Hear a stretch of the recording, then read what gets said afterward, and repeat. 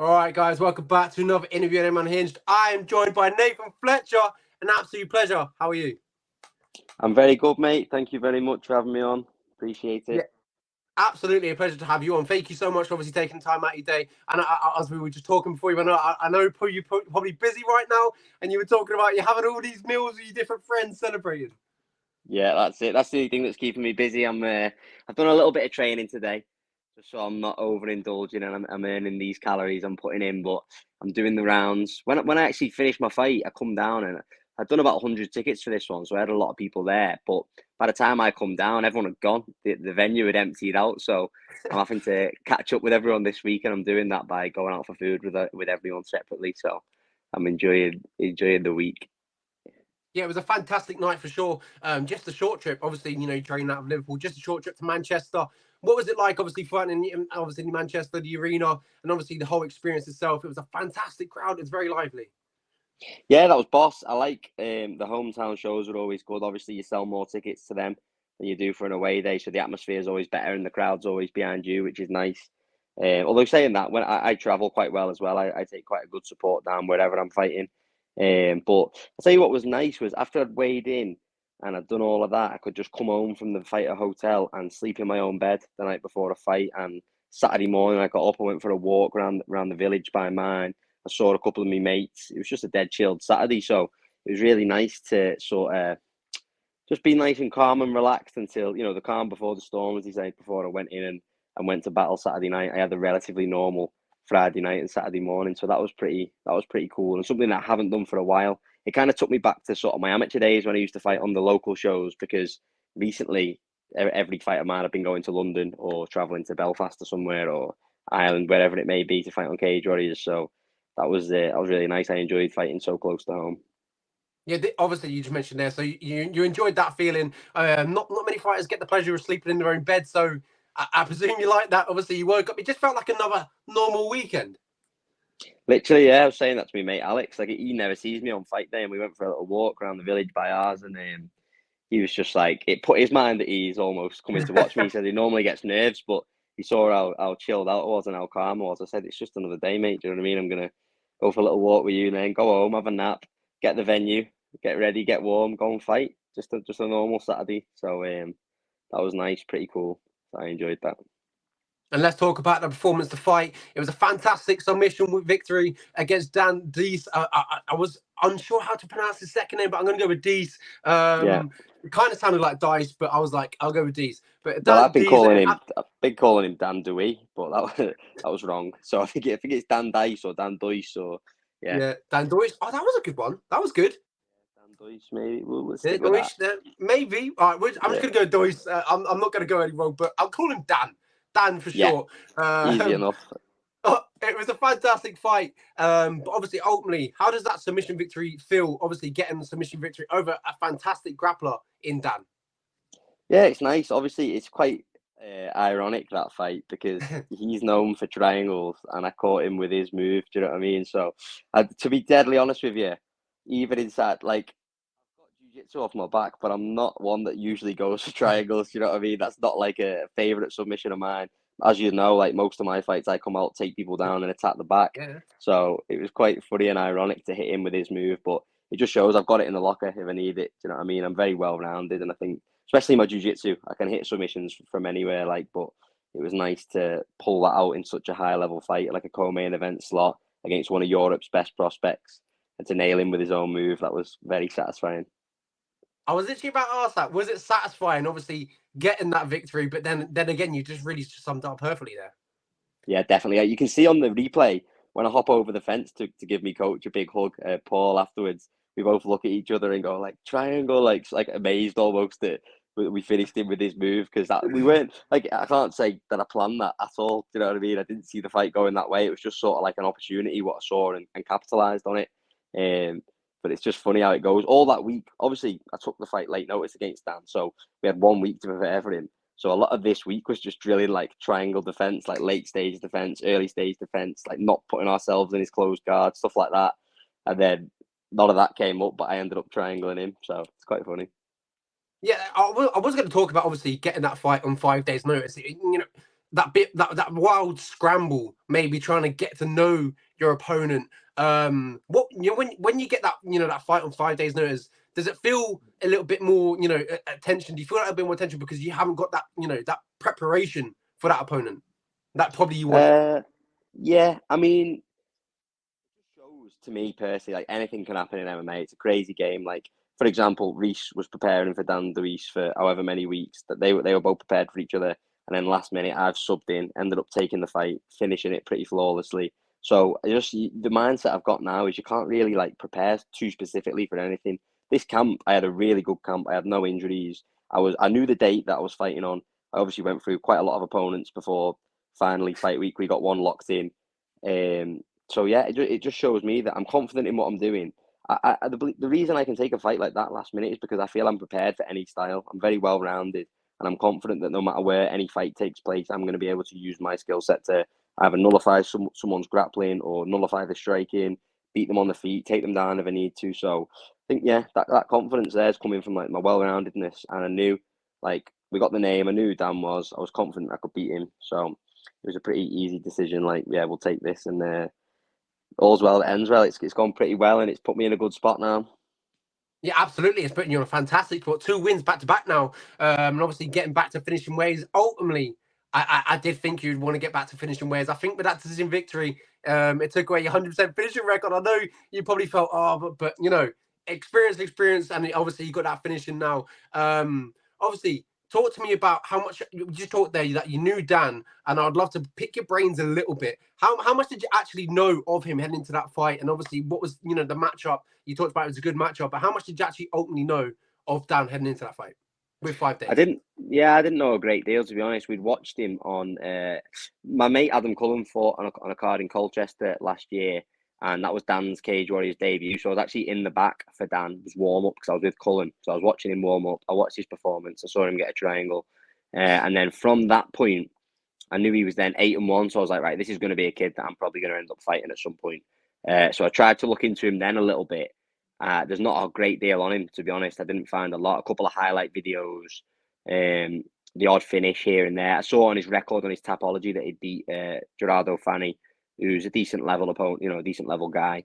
So I knew he was all right, but in terms of his like full game, I'd probably watched maybe 3 minutes of footage on him. Do you know what I mean? So I really didn't have a great idea, but looking at his resume, looking at the guys he'd fought compared to the guys I'd fought, and I'm confident in myself. I know the level I'm at, so it was more of like, although I didn't know a great deal about him, I know a great deal about myself, and I knew I was going to be able to handle whatever anyone throws at me, really, not just Dan Duijs. So yeah, that's it really. That's the information that I had on him going in was limited, but the confidence was high, so it was all right.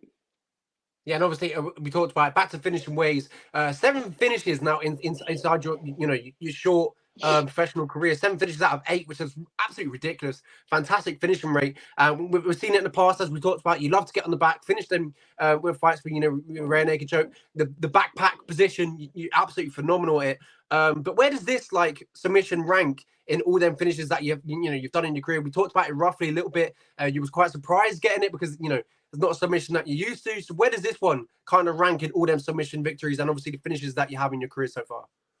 Yeah, I mean, obviously it's fresh on the mind. So right now it's at the top. I can't lie. Just with everything that happened with the circumstances surrounding this fight and like the last minute opportunity, the co-main event slot, the home crowd, all these factors played into it, and then catching. And the thing is as well to submit a grappler is a nice feeling because I submit a lot of strikers on my way up, but like I should be submitting them. Do you know what I mean? My jiu-jitsu is a lot better than theirs. So to go in against another high level grappler and submit him in the first round and look slick doing it. I think in terms of my career, this is my best win so far. Right now, anyway, I'm happiest with this one. And just changing it up, getting a triangle is nice. I'm fed up of rear naked chokes. You know what I mean? They're too common in MMA anyway. Triangles are a little bit less common, so it's a bit more flair getting a triangle. So I'm right now this is me. This is at the top of my list. Yeah, I really enjoyed it. It was a fantastic, fantastic victory. 2 back to back now. And obviously, the triangle just came off perfectly. He kind of just rolled into it, and that obviously that was it. It looked like the arm triangle was tight. How tight did you think that was? It looked like at a time he was going to look to tap, and obviously kind Hmm. of slipped out a bit, and then obviously he Yeah. rolled straight into the triangle. Yeah, I thought it was on that head and arm, to be honest, the arm triangle. It was, I had a good bite on it and I've got a good squeeze. So that's another submission, to be honest, that I catch quite a lot. My two main submissions are arm triangles and rear naked chokes. I feel like I flick between the two in training. So I thought that that was going to be on. But obviously, again, like I said, Dan's a high level grappler. He knew how to just position himself to get enough space and enough breathing room to where he wasn't going to go out. And then if you're just making it uncomfortable for someone like him, he's not going to tap. You're going to have to put them in a position where they're going to go asleep. Do you know what I mean? So um, I sort of, at a certain point, I felt that the amount I was putting into the choke wasn't going to pay off because like I might not get this and I'm going to start burning my arms out here. So I need to sort of look to release it and advance and change position. So I made sure I took the mount back and then from there I started throwing a load of ground and pound strikes, which forced a big reaction out of him. Obviously, initially my ground and pound was pretty crap. I wasn't landing much, but then I thought, like, take your time, a bit of composure, and I landed one really good elbow on his forehead, what cut him. And as soon as I landed that, he sort of bridged into me and Trex obviously didn't like that, so he wanted to reverse position and get on top. But Dan Strauss on the commentary explained it well. Like in order to do that, he kicked off the fence, but then to turn fully on top of me, he needed to post one of his hands on the mat to press off and come on top. The minute he posted a hand on the mat, that gave me space to bring my leg through and isolate his head and one of his arms with a triangle choke. So I just saw the opportunity and like straight away snatched that up nice and fast and finished him with the triangle. Absolutely phenomenal. A quick night of work. Obviously, what they say, you don't get paid for overtime, so it was That's absolutely it, mate. phenomenal. Yeah. Let's talk about obviously we talked about it, obviously being so close to home, packed out Manchester crowd. You've got that that home crowd favorite. Everyone's cheering you on. What was the buzz like walking out to the cage? What did that feel like? Did it give you a bit of extra, bit of boost? Yeah, it normally does. This one, I would say. So the last time I fought in Manchester, when I was a bit early on in my career, I was 2-0, fighting a guy called Johan Segas, and I had a lot of people there supporting me then as well. And when I walked out to the cage at that point, I really took all the energy from the crowd and felt like it spurred me on in the fight. In this one, it was a little bit different. I was like so extremely focused and dialed in. I've never really had that level of focus before walking out to the cage. I don't know what it was. I don't know sort of it was just probably a lot of factors all culminating in the performance going the way it did. But for whatever reason, I was really, really dialed in and focused and confident and just like composed. So walking out to the cage, the crowd almost wasn't there to me. I was letting on to everyone and fist bumping as I was walking down, but I was very, very focused on the task at hand. So it wasn't until after the fight that I sort of took in the atmosphere and realised like, oh, this is boss. I've got hundreds of people here screaming and cheering for me. So that was nice. But in terms of walking out and getting in there, it was just like tunnel vision. Do you know what I mean? Yeah, absolutely. The crowd were fantastic throughout the whole night. George Hardwick, he got a fantastic pop, and obviously he won his fight. It was all round good night. I think the Manchester crowd is very underrated. I think it was fantastic. Obviously we had some greats come out of Manchester. None other. Obviously we had Mike Bisping. He come from Clitheroe, so that's close to Manchester, I Yeah, believe. But yeah, yeah, so they have some greats. So Manchester was a fantastic ground, and obviously I hope Cage Warriors do definitely go back. I know they've had quite a few shows there already, but yeah, it's good to see. Obviously, yeah, I'd love to. Cage Warriors go back to Liverpool. I know that'd be something that you would love to, and they've got a lot of next gen yeah. talent. Yeah, I feel like almost the Manchester show is becoming like I mean, they have a few Manchester fighters on them, obviously, but it's kind of like our home show now. I think the reason behind them not going to Liverpool is the Echo Arena is obviously the ideal venue for that, but there's been something now where it's changed to the M&S. They've taken the M&S Bank Arena. It's now called, and they don't want to put MMA shows on there for whatever stupid reason. I don't know what it is, but the only other option then is the exhibition centre. And then the bowlers is essentially in Manchester. It's like the same sort of size, and yeah, it just probably works out better for Cage Warriors. They probably got a deal with them where they put on however many shows a year because I know they're going back to the bowlers in September. So they did 2 Manchester shows last year. They've got 2 booked for this year. So I feel like that's kind of going to become the sort of Northwest show. Is going to be housed at the bowlers from now on. But I don't mind that. I really like fighting there. I fought there twice now. I've been as a fan a couple of times when my teammates were fighting. So it's a good atmosphere. It's a good crowd there. I like the setup. The walk to the cage is pretty cool, right in between all the crowd. So um, I'm happy with that being our hometown show, even though it's not quite hometown. It's near enough for everyone to get to. It's close. What's good about MMA? It's not quite like football hooligans, so you're not going to get like shouted at for going over in Manchester, are you? So it's Exactly. Yeah. phenomenal. Yeah. But Definitely.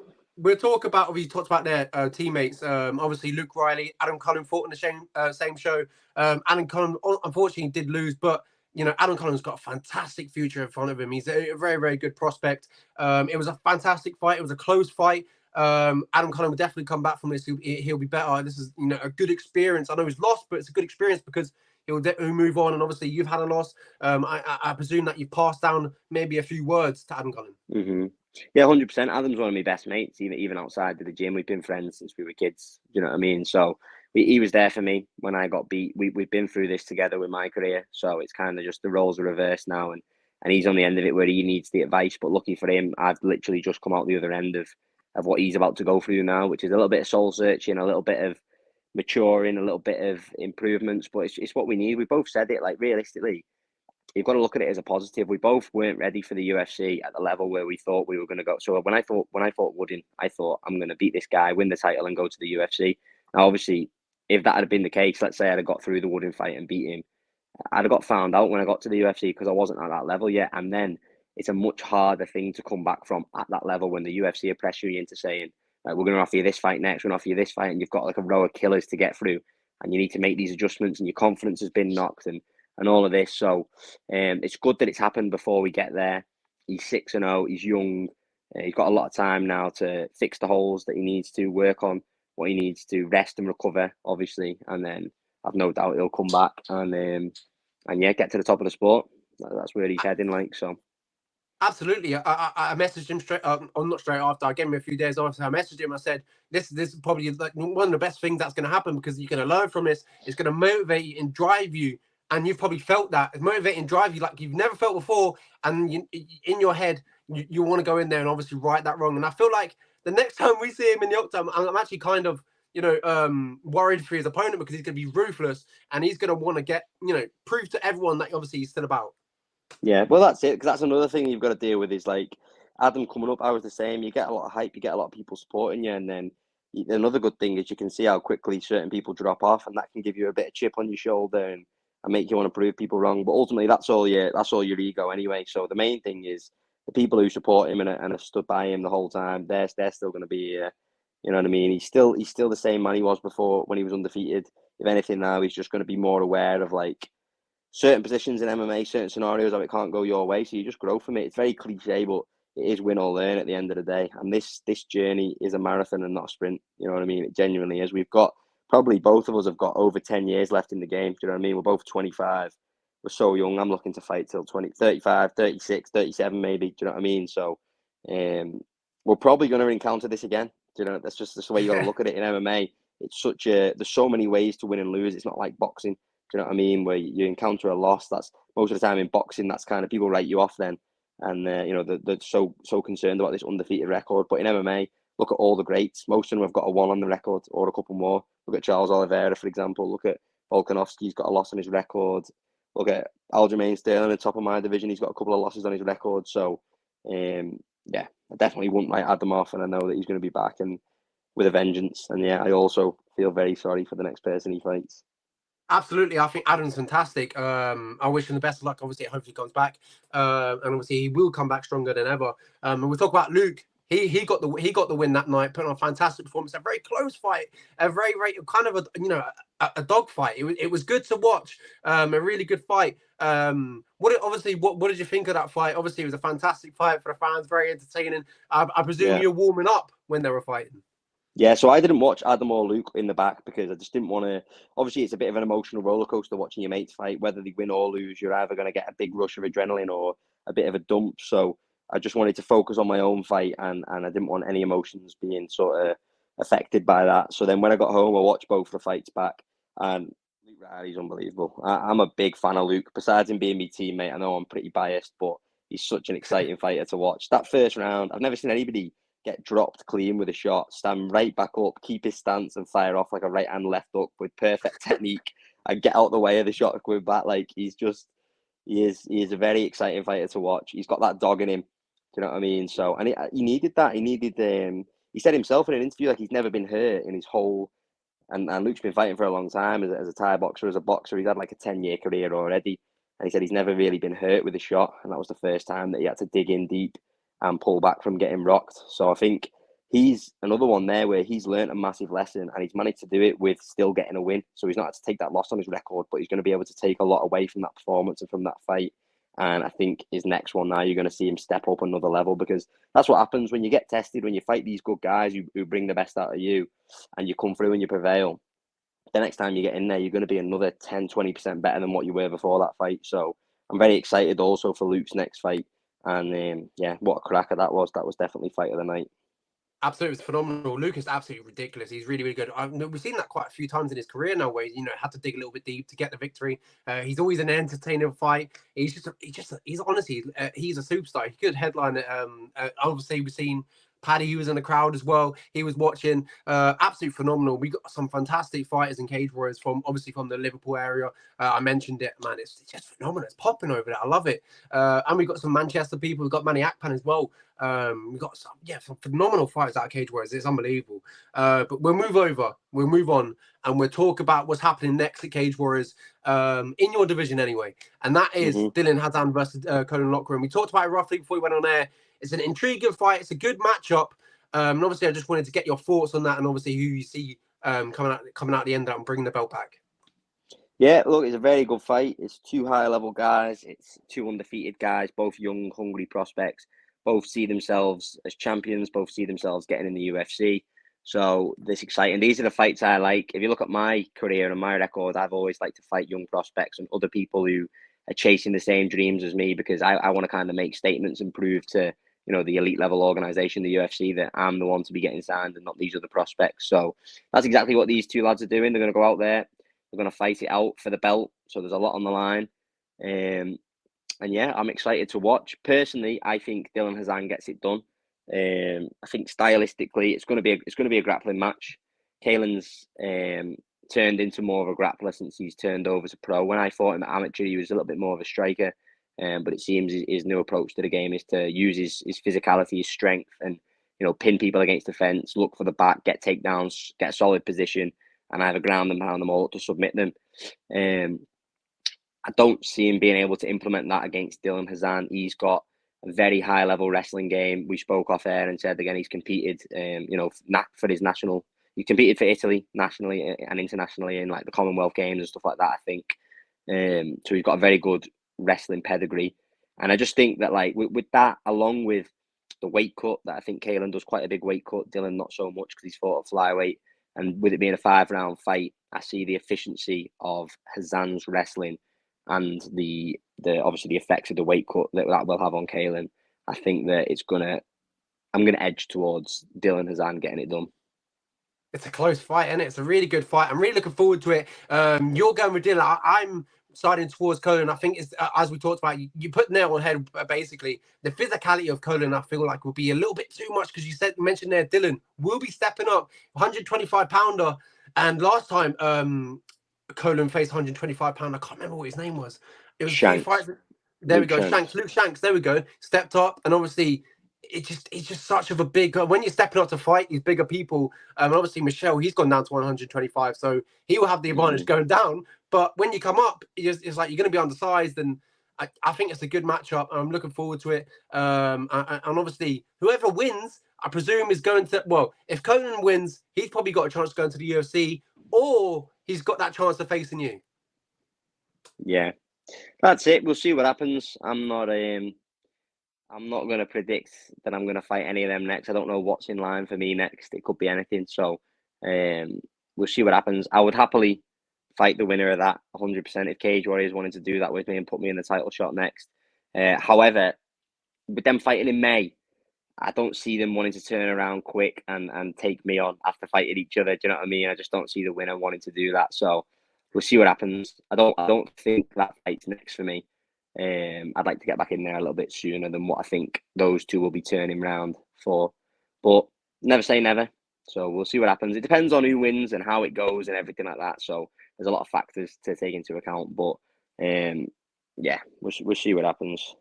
Yeah, it's crazy. We talked about it. You met Colin Lochran back in the amateur days. It's crazy how the world works and how you could meet him again eventually. Does that do you like this sort of, it could be a storyline, and we talk about this again 5 years down the line, hopefully when you're both in the UFC, and maybe if you fight again in there, it would be crazy. Do you like this sort of stuff? Because it kind of seems like you could build that, that storyline, because you fought before, and obviously it would be easier to make that second fight.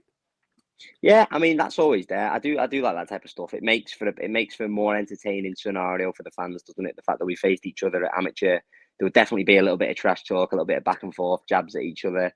I've got the upper hand going into it because I got the win over him. Do you know what I mean? So for me, it's not like I'm chasing him and I want to get that one back. It's we fought already. I come out on top, and now he's done well to end up in the position that he's in. We're both at the top of European MMA at the minute on the same promotion in the same division. So that fight is definitely one that I do see it happening again at some point, whether it's when we're both in the UFC or whether it's next for the Cage Warriors belt. There's a lot of possibilities.